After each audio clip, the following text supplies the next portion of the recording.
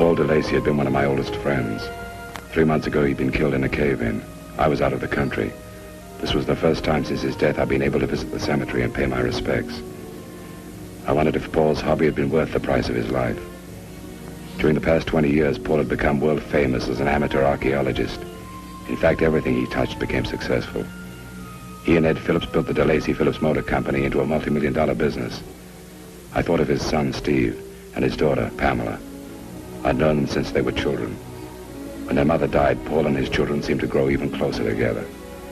I knew their father's death must have affected them both deeply. I decided to visit them.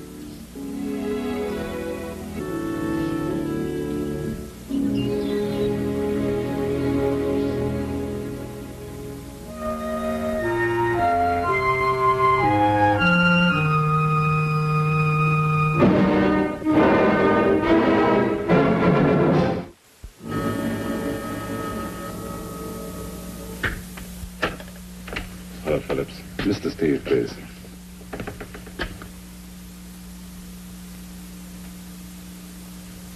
Mike. Steve. It's good to see you again. Thanks. When did you arrive? Late last night. It always amazes me how you're just arriving or just leaving. Sit down. Thanks. Can I get you something? No, nothing, thanks. Where's Pam? You might as well know she isn't living here. She's taken an apartment in the city.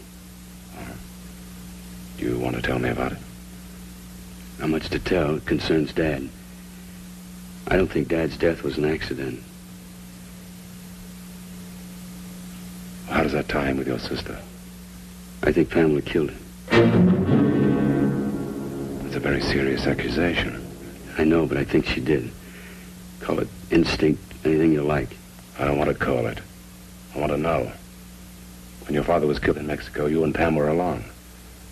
From the newspaper accounts I read, the police believed it was an accident. So did I, at the time. What happened to change your mind? Well, immediately after Dad's death, Pam began avoiding me. It became increasingly worse at the funeral. She didn't say 2 words to me. And when Dad's will was read, she didn't even show up. We've always been so close. So I began to think. Suddenly I got an idea. Pam had killed him, and her conscience was driving her crazy. Is that what you told Pam? Yes.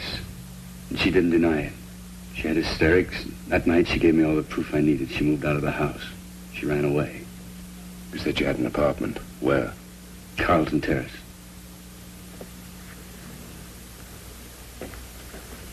Where are you going? I'm going to find out if you're right.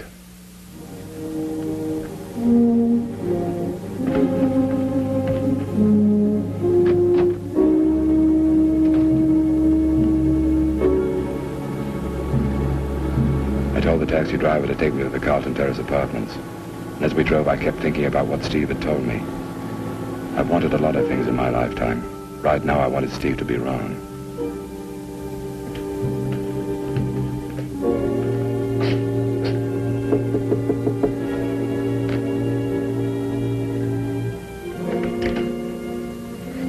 Is this DeLacy Inn? I'm Michael Lanyon.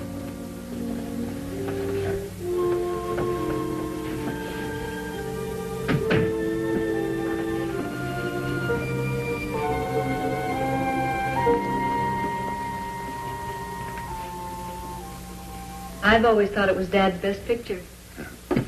Oh, Pam. It's wonderful seeing you again. How did you find me? Steve gave me your address. I guess it's only sisterly to ask. How is he? Much like you. When I asked him about you, he was very uncomfortable. I guess I'm not a very good poker player. I didn't come here to play games, Pam. I came because of a conversation I had with Steve. I hope that's not the only reason, Mike, because I'm very fond of you. If I'd known where to reach you after Dad's death, I honestly think I would have come running. You used to run to Steve when you had a problem. What happened to change that? Did Steve tell you he accused me of killing... Why don't you tell me about it? I want to tell you about it. Dad, Steve, and I were together at the ruins. Dad was excited because he believed within a few days he would uncover a tomb older than the pharaohs. Go on. Steve asked Dad whether he'd considered their conversation. Dad said he had, and his decision was that Steve would go into no other business but the DeLacy Phillips Motor Company. Steve was furious, and he argued all the way back to camp. What happened then? Steve left the next morning for the village. Then Ed Phillips arrived. He and Dad sent all the workers away, and together they began reinforcing the cave. 2 days later, Steve came back. I told him not to worry, that Dad would come around. Steve said he wasn't going to worry, that everything would work out. Huh. What did Steve want to do? I don't know. The next day, Dad went into the cave alone. That's when it happened. It wasn't an accident. How do you know? It took 15 hours of digging before we found him. I'll never forget it. I was the first one to reach him. He was dead. Then I saw something else, but I was so stunned it took days before it penetrated my mind. What did you see? 2 of the wooden braces holding up the structure to the entrance had been sawed through. The slightest shift to land and the braces had to collapse. When we returned here, I went to some friends. I didn't tell them why, but I told them what I'd seen. They told me it was called splice sawing, used effectively in the last war as a booby trap, and that only an engineer could rig the proper cutting.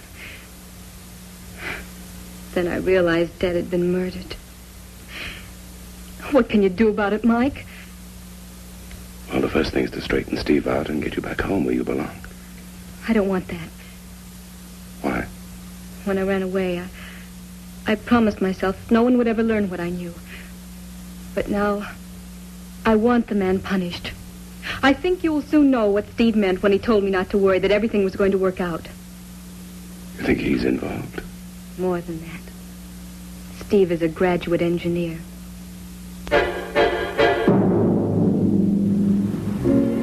Pam said Steve and his father had argued. If anyone could tell me whether the argument had been really serious, it would be Ed Phillips, Paul's partner for 30 years.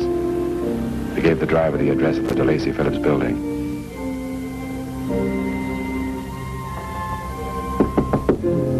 Come in. Oh, Mike. Mike, when did you get in? Short while ago. Good to see you. Good to see you.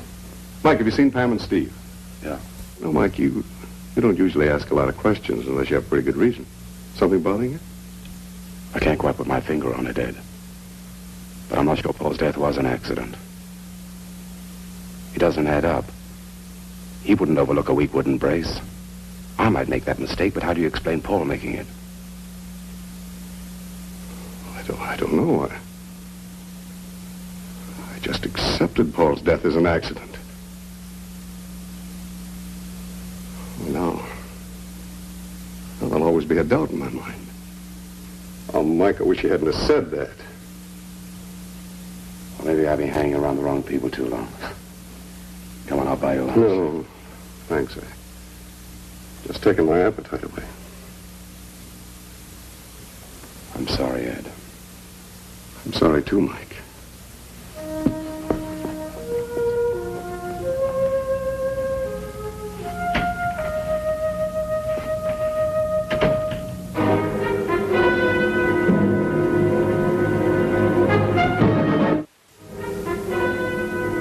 I headed for the office of Alan Harper, Paul's attorney. He knew I was on my way over.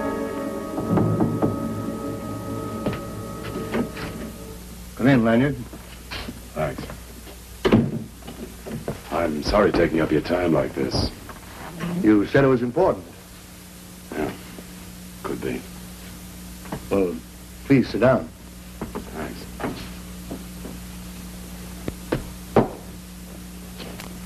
Harper, how much money did Paul DeLacy leave to Steve and Pamela? Well, even for you, that's an irregular question. But the will's been filed for probate. It's now a matter of court record. I figured you could save me a trip downtown. Paul DeLacy left over $5 million after taxes. $1 million he left to several charities. The remainder he divided equally between Pamela and Stephen. Had he ever discussed changing his will? The only changes Paul ever made were due to his increasing fortune. Occasionally, we altered the amounts of various trust funds that he had set up for his children. Did he ever say he was disappointed in either of his children? Absolutely not. His children were devoted to him, and he to them. I assume you and the insurance companies carefully checked and were satisfied his death was accidental. A thorough investigation was held. Yes, we were satisfied. Did you or anyone else check the braces at the entrance to the cave? I can't say. Why not? You must realize that when a man of Paul DeLacy's stature is accidentally killed, there's confusion. We made arrangements for the funeral, and a few days later started our investigation. Then very likely you didn't examine the braces that caused the cave-in. I don't remember. But why is it so important to you? I might have a surprise for you. I might prove that Paul DeLacy was murdered.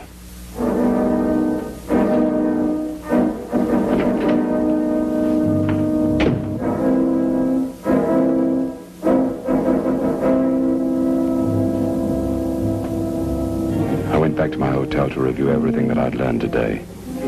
I thought over all that Steve had said. The fact that Pam suspected him of killing their father could explain her reason for avoiding him. Pam was an intelligent girl. She recognized something and described it well enough to be told it was splice sawing. It had to be rigged by an engineer. And Steve was an engineer. I remembered Ed's words. I issued orders that nothing in his office was to be touched, just kept clean. I realize it sounds silly, but every morning I open his door and say, "Good morning, Paul." It makes me feel that he isn't far away. Alan Harper had said in the confusion of Paul's death, the investigation was delayed several days. If someone had realized this, it gave him or her time to get rid of damaging evidence. I had to start somewhere, and a long-distance call seemed like a good beginning. Long distance. Long distance? I want to speak to Captain Harold Thompson of the Boston Police Department. No, I don't know his precinct number. Sorry, sir, the circuits are busy. Shall I try again in half an hour? Yes, please. This is Michael Lanyard, room 514, Ambassador Hotel. Thanks.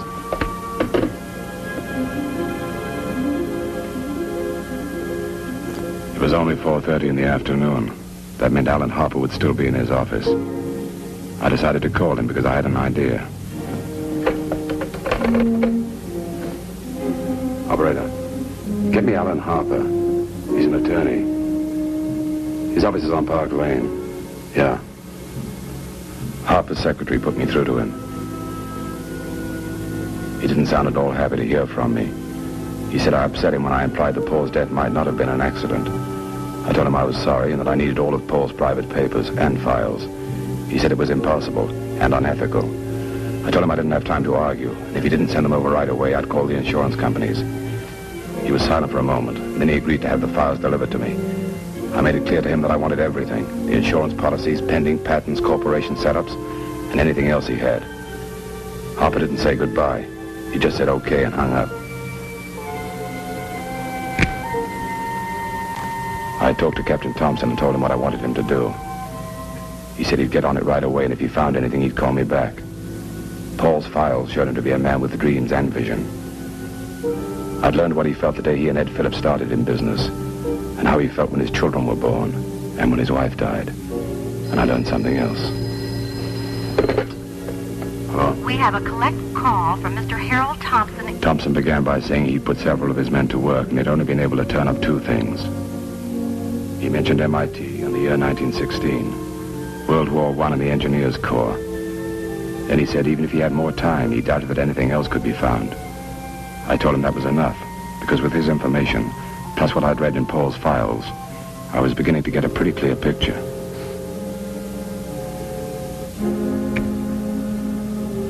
Thompson had supplied me with what might be the key to Paul's death. Right now I was tired and needed some sleep, because by this time tomorrow, I would either have proved Paul was murdered, or I would know for certain his death had been accidental.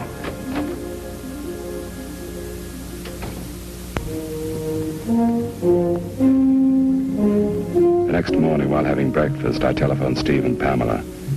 I asked them to meet me at my hotel about 10 o'clock. I also called Ed Phillips and invited him to stop by around 10:15. I had an idea, but I wasn't at all sure it would work.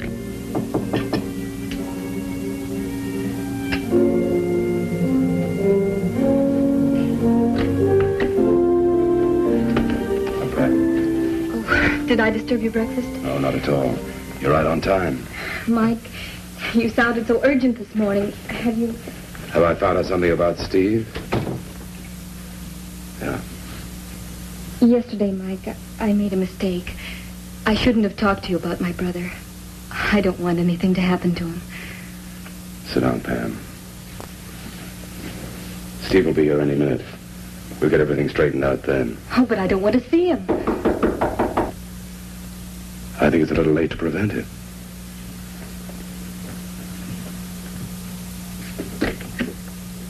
Hello, Mike. Steve. If this is a joke, I don't like it. It's no joke, Steve. I want you and Pam to listen to what I have to say. Come in.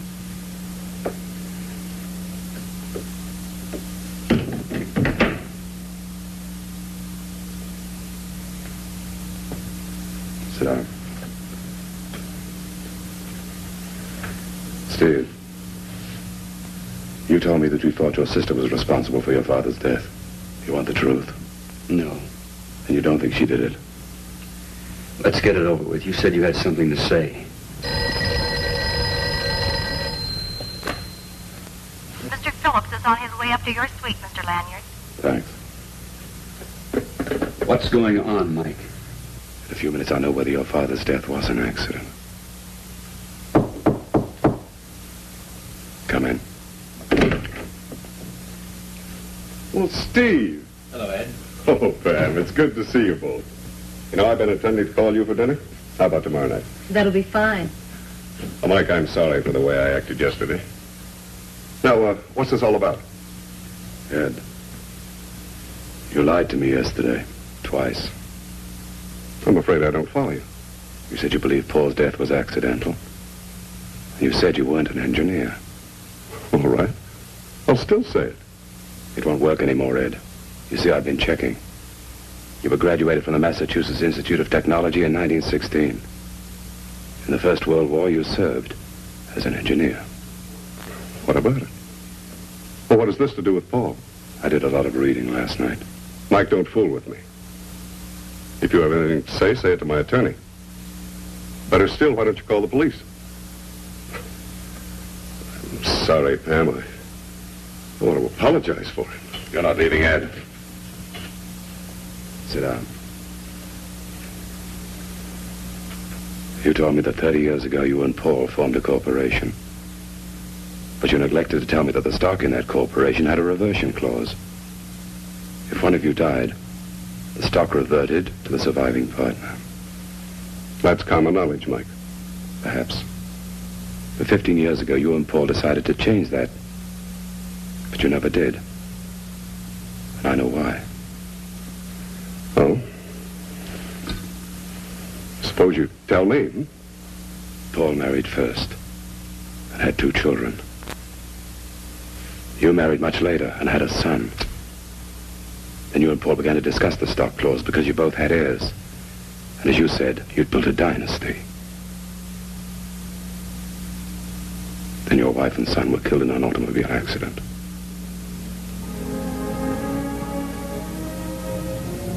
Shall I go on? No. You might get it wrong, Mike. When my wife and son died, a part of me died too. Over the years, the loneliness grew instead of lessening. There was nothing left for me but my work. Mike, you know, I used to go home at night and I'd count the hours till I could get back and get started again. Do you know why I tampered with that brace? Why I had to kill Paul?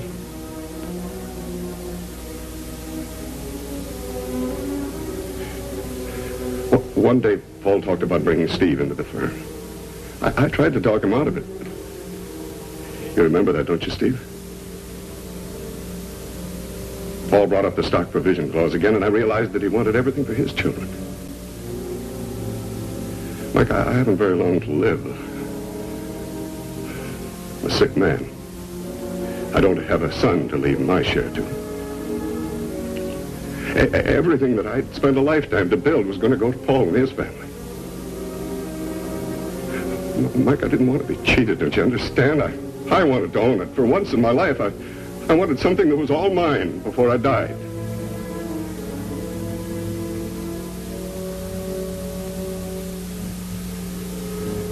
None of you understand. Just what Paul does. I loved him.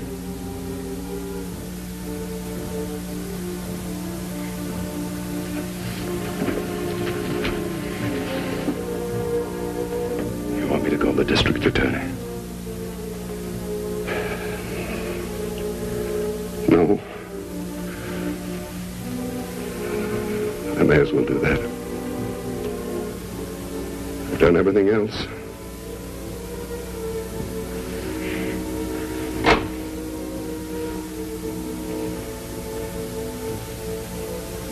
Operator,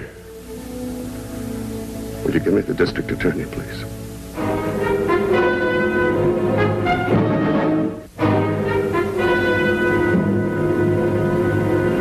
Hello, Mike. I thought you left town without saying goodbye to us. You know me better than that. Goodbye, Pam. Steve. Goodbye, Mike, and thanks. Bye. Mike, we visited Ed today at the penitentiary hospital. The doctor told us he won't live another 30 days. Pam and I talked it over. The firm's name will remain the DeLacy Phillips Motor Company. We told that to Ed today. What did he say? He asked Steve if he would issue orders that nothing in his office be touched or changed, that it always remain as it is. What are you going to do? It'll be the first request I make the day I start. I didn't say it to them, but I knew Paul had to be very proud of his two children. And I knew something else. Steve was going to do a good job.